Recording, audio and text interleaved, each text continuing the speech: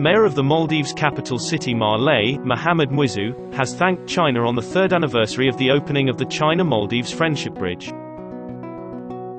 30th of August marks the third anniversary of the opening of China-Maldives Friendship Bridge.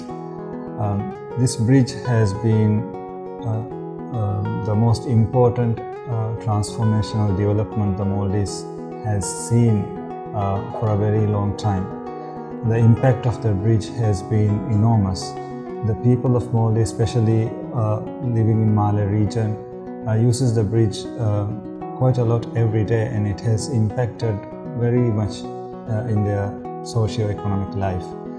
The development of Male city area has been greatly affected by the opening of this bridge.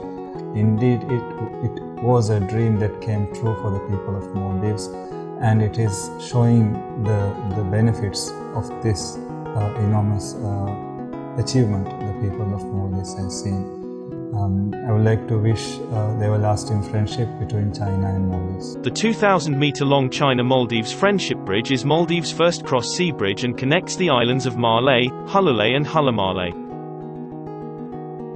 The bridge was officially opened on August 30, 2018 and is a landmark project of the Belt and Road Initiative.